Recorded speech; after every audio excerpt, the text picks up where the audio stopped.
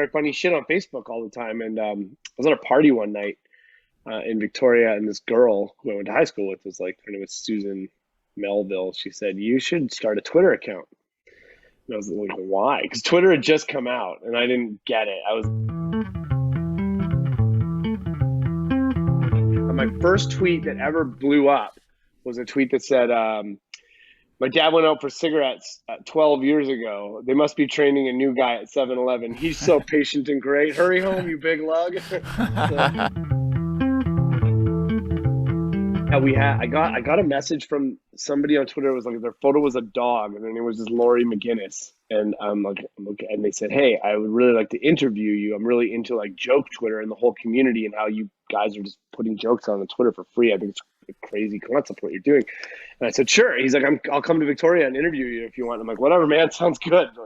And he was like, "Well, this is exactly what I'm looking for. Like, this is the story." I'm like, "Well, man, there's tons of other people just like me who are doing this." And he's like, "Well, where are they?" I'm like, "Well, I know a lot of people in LA." And he was like, "Well, pack your bags. We're going to LA."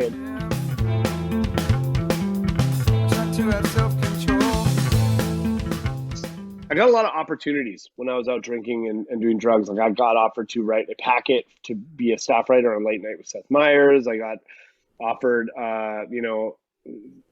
like all sorts of like TV pitches, things like that, all sorts of things. And I squandered them all, man, because I was more concerned with telling people I got all this cool shit happening for me than actually doing the work. I had no work ethic. I didn't know how to do anything. And young vacant heartbreaker, do you feel like breaking something?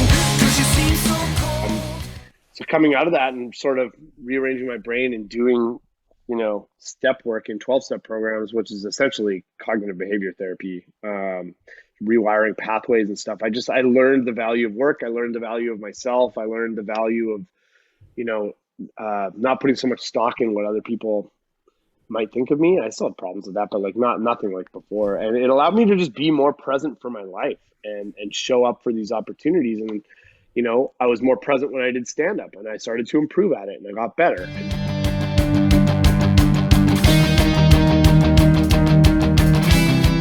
Ended up talking to Jonathan Simkin, who is the president of 604 Records and also Nickelback's lawyer and former manager. It's a very interesting fellow. Yeah, and I ended up talking to him about. Can I play some Nickelback on this podcast? Yeah, definitely. Sweet, very cool.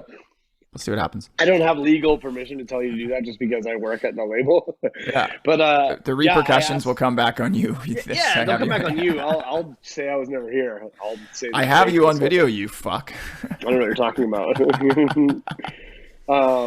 Yeah, so never made it as a wise man. I couldn't cut it as a poor man stealing.